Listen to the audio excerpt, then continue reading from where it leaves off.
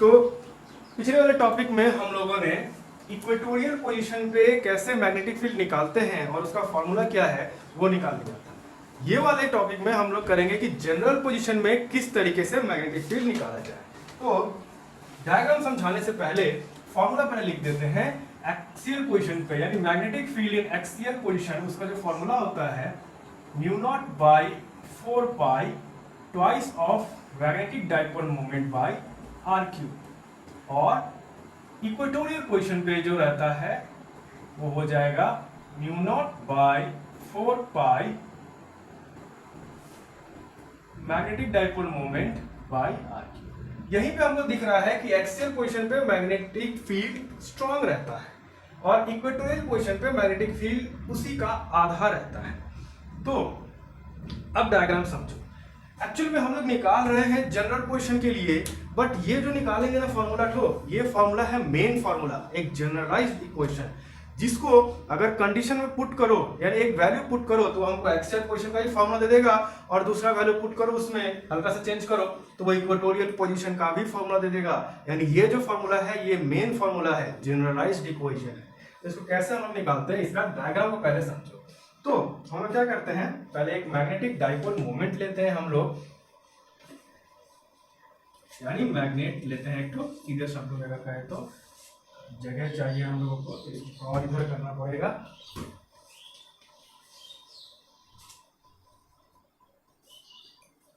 मान लो ये हमारा मैग्नेट है, जिसमें इस तरफ करते हैं नॉर्थ पोल और इस तरफ करते हैं साउथ पोल।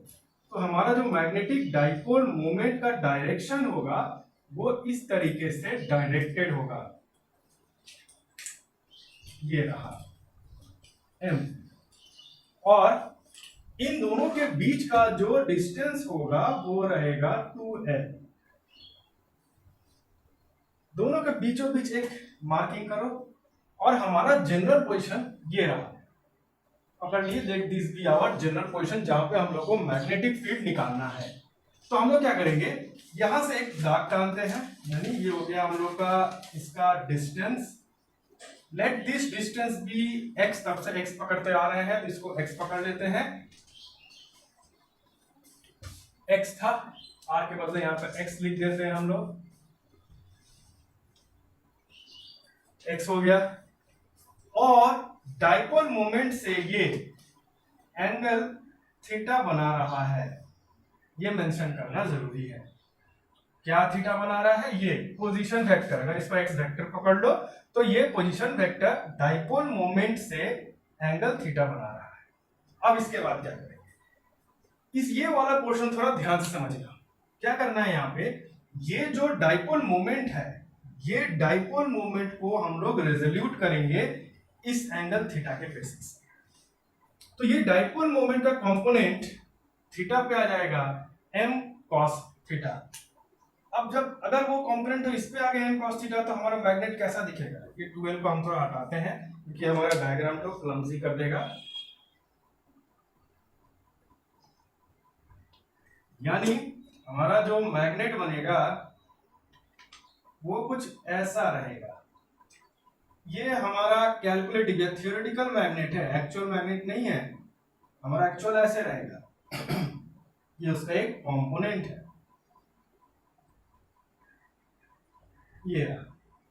तो अगर m इधर है तो इसका कंपोनेंट इस एक्सिस पे आ जाएगा m cos थीटा, और m sin थीटा बिल्कुल इसी का 90 डिग्री बनाते हुए इधर रहेगा, यानी इस तरफ ये रहा।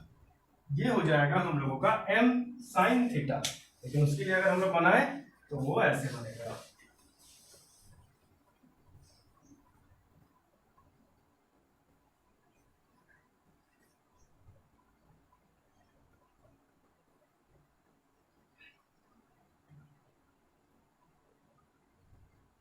ये रहा, ये हो जाएगा m sin थीटा। नाउ हम लोगों ने जब डेरिवेशन किया था तो उसमें देखा था कि ये जो दिख रहा है यहां पे डाइपोल मोमेंट के साथ ही ये पॉइंट रखा गया है। तो ये एक्सियल पोजीशन का केस है, क्योंकि वहां पे डाइपोल मोमेंट के साथ ही पॉइंट पर रखा गया था, उसी एक्सिस पे रखा गया था। तो ये वाले केस में देखोगे तो ये वाला डाइपोल मोमेंट के अलोंग ही ये पॉइंट रखा गया है, जबकि ये केस में देखोगे तो डाइपोल मोमेंट के इक्वेटोरियल पोजीशन पे ये रखा गया है। यानी हम लोग पिछले केस में जो दो केस किए वो दोनों केस यहाँ पे मिल जाएगा हमको। यानी ये वाले केस के कारण जो मैग्नेटिक फील्ड निकलेगा उसको अगर हम लोग पकड़ ले बी एक्सियल, क्योंकि ये एक्सियल पोजीशन पे रह रहा है, और इसके कारण जो मैग्नेटिक फील्ड निकलेगा वो मैग्नेटिक फील्ड हम लोगों ने नियम पढ़ा था कि जब एक्सियल पोजीशन पे रहता है तो magnetic field along the magnetic dipole moment रहता है, तो मैग्नेटिक डाइपोल मोमेंट का डायरेक्शन इधर है तो मैग्नेटिक फील्ड भी इधर रहेगा। बट इक्वेटोरियल पोजीशन पे मैग्नेटिक फील्ड इसी का पैरेलल रहता है और उल्टा डायरेक्शन में रहता है, यानी वो इस तरफ जाएगा बिकॉज मैग्नेटिक डाइपोल मोमेंट इस तरफ है। तो हमारा बिल्कुल इसी का पैरेलल बनाते हुए ये हो गया हम लोगों का magnetic field in the equatorial position.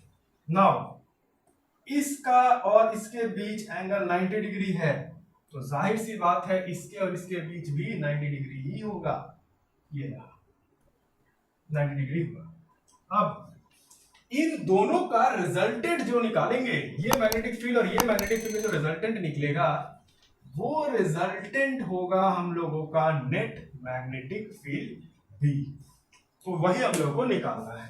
तो अगर हम लोग इसी फॉर्मूले का इस्तेमाल करते हैं तो बी एक्सियल जो हो जाएगा, बी एक्सियल में हल्का सा चेंज करना है क्योंकि यहाँ वहां पे जो मैग्नेटिक डाइपोल मोमेंट है वो एम नहीं है, वो है M cos theta.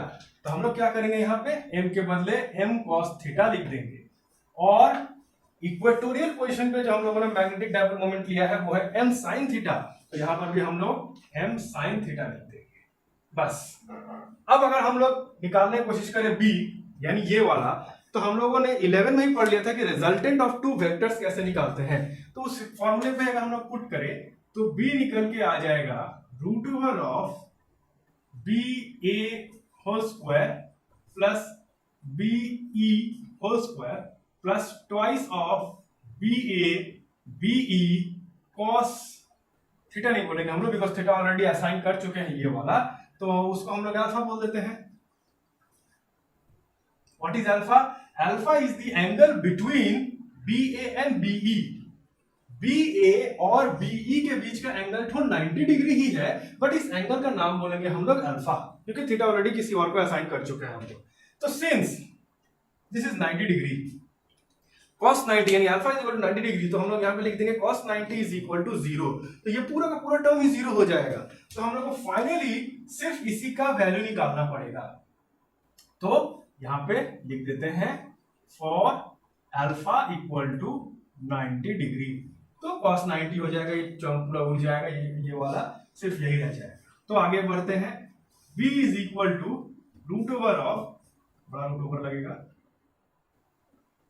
Root over of B A होगा ये वाला, यानी mu naught by 4 pi twice of M cos theta by X cube का पूरा स्क्वायर प्लस बीई यानी mu naught by 4 pi M sine theta by X cube का whole square.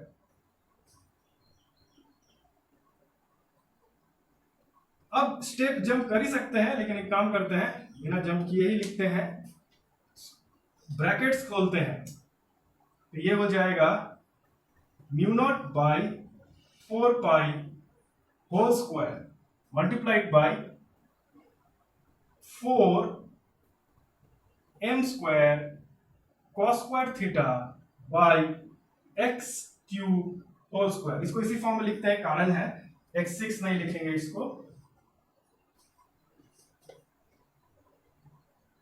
Plus mu naught by 4 pi whole square M square sine square theta by X cube whole square, ये और ये root है। तो mu naught by 4 pi whole square, mu naught by 4 pi whole square common ले लेंगे दोनों में से ही, और ये चूंकि होल स्क्वायर और उसका रूट मारेंगे तो पूरा बाहर आ जाएगा, तो वो हो जाएगा mu naught by 4 pi. Same will happen with m square also, and same will happen with x cube का square also. That means finally we will get b is equal to mu naught by 4 pi m का m आ जाएगा और ये हो जाएगा x cube, और finally भीतर में जो हमको मिलेगा वो हो जाएगा सिर्फ ये 4 cos square theta plus sign square theta. अब ये इक्वेशन में मतलब ये हुआ कि 4 को cos स्क्वायर थीटा हमारे पास और एक तो साइन स्क्वायर थीटा है, तो 4 cos स्क्वायर थीटा में से एक cos स्क्वायर थीटा लेते हैं और एक साइन स्क्वायर थीटा लेते हैं, तो cos square plus sign square theta 1 होता है। ये तो हम लोगों ने बचपन में पढ़ लिया था। तो इसके बदले हम लोग लिख सकते हैं b is equal to mu naught by 4 pi m by X cube root over of 1 plus बाकी बचा 3 तो cos स्क्वायर थीटा, और यहां पे ब्रैकेट में लिख देते हैं because sign square theta plus cos square theta is equal to 1. This equation obtained is the generalized equation. कैसे जनरलाइज हुआ? तो अब इसको समझो। थीटा को पकड़ते हैं लोग। थीटा अगर हम लोग लेते हैं, ये रहा थीटा, यानी अगर हम इसको एक्सियल पोजीशन पे ले आएंगे तो क्या करेंगे, ये रहा पॉइंट, ये पॉइंट को पकड़ घसका के हम लोग एक्सियल पोजीशन पे ले आएंगे, तो थीटा का वैल्यू हो जाएगा 0। यानी थीटा का वैल्यू जब 0 हो जाएगा तो हम लोग स्पेशल केस बना सकते हैं for theta equal to 0,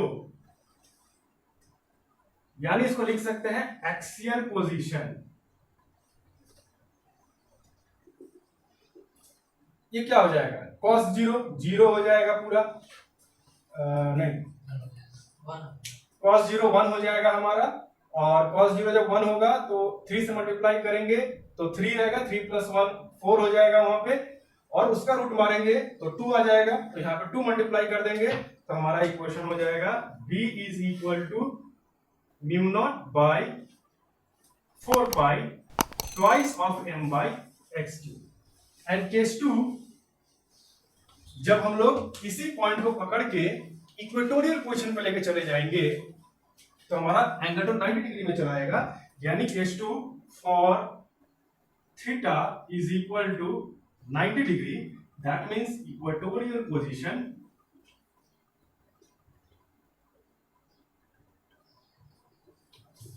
for that यहां लिख देंगे b is equal to mu naught by 4 pi, यहां पे जैसे हम लोग 90 डिग्री पुट करते थे cos 90 0 हो जाएगा, रूट ओवर 1 ही रहेगा, यानी हम लोग को मिल जाएगा m बाई एक्स क्यूब। और यही इक्वेशंस थे जो हम लोगों को मिला था दोनों केस जब किए थे हम लोग। तो this is the main equation, this is the generalized equation. ये इक्वेशन को निकालने के लिए हम लोगों ने स्पेशल केस वाले फॉर्मूले को ही पकड़ा था दोनों में। तुम लोग चाहो तो स्पेशल केस वाला फॉर्मूला नहीं पकड़ के जनरलाइज्ड इक्वेशन भी पकड़ के आगे बढ़ सकते हो। वहां पे कैलकुलेशन ही थोड़ा कॉम्प्लिकेटेड होगा, बट फाइनली एक इक्वेशन आएगा, और उस इक्वेशन में जब स्पेशल उसमें बोल दोगे कि if x is much much greater than l, तो ये वाला इक्वेशन ही आ जाएगा, और फिर इसी इक्वेशन से हम लोग ये भी निकाल सकते हैं। दैट मीन्स हम लोग ये वाले स्पेशल केसेस पकड़ के भी कर सकते हैं, जनरलाइज्ड केसेस पकड़ के भी कर सकते हैं। अच्छा, तो ये रहा हमारा वैल्यू या magnitude of the magnetic field at any point या general point due to magnetic dipole. अब ये जो मैग्नेटिक फील्ड निकला है, इसका डायरेक्शन कैसे निकालेंगे हम? तो इसका डायरेक्शन निकालने का एक सिंपल सा तरीका होता है।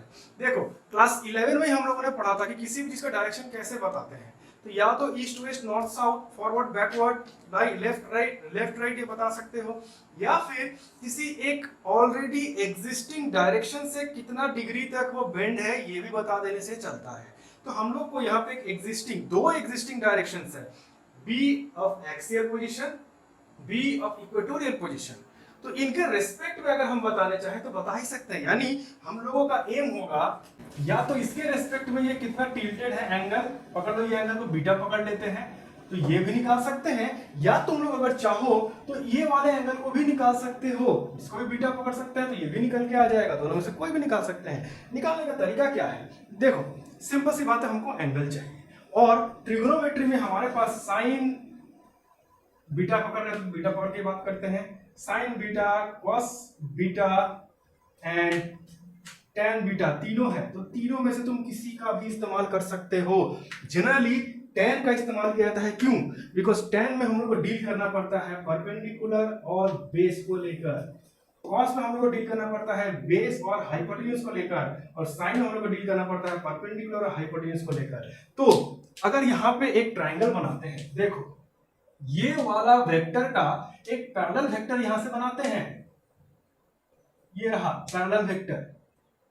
ये जो पैरेलल वेक्टर बना है बिल्कुल इसी के साथ डायरेक्शन और मैग्नीट्यूड में पूरा बराबर रहेगा, तो ये एक ट्राइंगल बन गया, राइट एंगल ट्राइंगल, जो यहां पर राइट एंगल है। इसमें अगर हम लोग साइन का इस्तेमाल करेंगे यानी परपेंडिकुलर बाय हाइपोटेन्यूज, तो ये हो गया परपेंडिकुलर, ये होगा हाइपोटेन्यूज। हाइपोटेन्यूज का डायरेक्शन या वैल्यू के बारे में अगर हम चाहे तो लिख सकते हैं, ये रहा वैल्यू, काफी कॉम्प्लिकेटेड सा वैल्यू है, इसका भी इस्तेमाल कर सकते हो, कोई मनाही नहीं है, कर सकते हो, but this will give you a very complicated equation. Cos का भी अगर बात करें तो भी हमको हाइपोटेन्यूज पकड़ना पड़ेगा यहाँ पे, यानी again we will have to use this equation.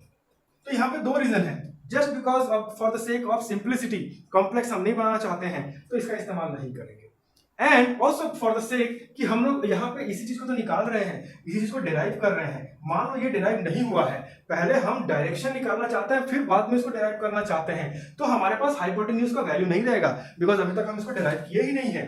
तो इन दैट केस क्या करना पड़े, तो मैक्सिमम केसेस में हम लोग क्या करते हैं, देखते हैं टेन का वैल्यू हम लोग के लिए बहुत फायदेमंद होता है, क्योंकि वहां पे परपेंडिकुलर और बेस का इस्तेमाल करना पड़ेगा, यानी परपेंडिकुलर और बेस यानी ये दोनों वैल्यू ऑलरेडी हमारे पास पहले से अवेलेबल रहता है, इसीलिए मैक्सिमम केस में टेन थीटा का इस्तेमाल किया जाता है। नहीं तो तुम लोग चाहो तो साइन कॉस टेन में से कोई भी इस्तेमाल कर सकते हो, बस लास्ट में angle beta is equal to उधर टेन को भेज देना, इनवर्स फंक्शन में इसको डाल देना, वही काम करना है।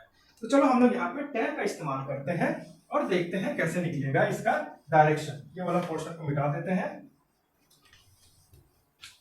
यहां पे क्या करेंगे हम लोग, इन दिस ट्राइंगल अगर हम लोग निकालने की कोशिश करें टेन बीटा, तो वो हो जाएगा परपेंडिकुलर बाय बेस, तो ये हुआ परपेंडिकुलर बीई, तो बीई हमारा हो जाएगा म्यू नॉट बाय 4 पाई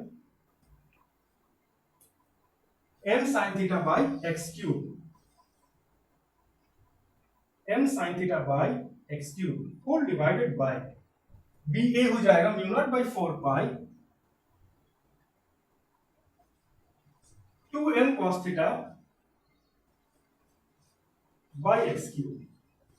अब सिंपल सा अलजेब्रा है, ये तो पूरा ही कट जाएगा, x क्यूब कट जाएगा, m कट जाएगा, हम लोग को यहां पे मिल जाएगा 1/2 sine theta by cos theta. तो यहां पे हम लोग लिख सकते हैं tan beta is equal to half of tan theta, because sign theta by cos theta tan theta. अब हमको बीटा निकालना है यहां से, तो सिंपली यहां पे हम लोग इस्तेमाल कर सकते हैं beta is equal to tan inverse half of tan theta, यानी कितना सिंपल सा इक्वेशन निकल के आया। हम लोग क्या करेंगे, ये जो एंगल दिख रहा है थीटा, इसका tan निकाल देंगे, उसका आधा कर देंगे, और जो वैल्यू निकलेगा उसको tan इनवर्स में मार देंगे, तो हमको इसका एंगल निकल के आ जाएगा।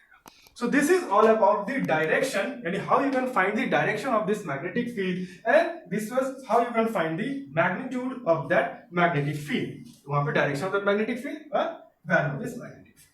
तो ये रहा हमारा डेरिवेशन।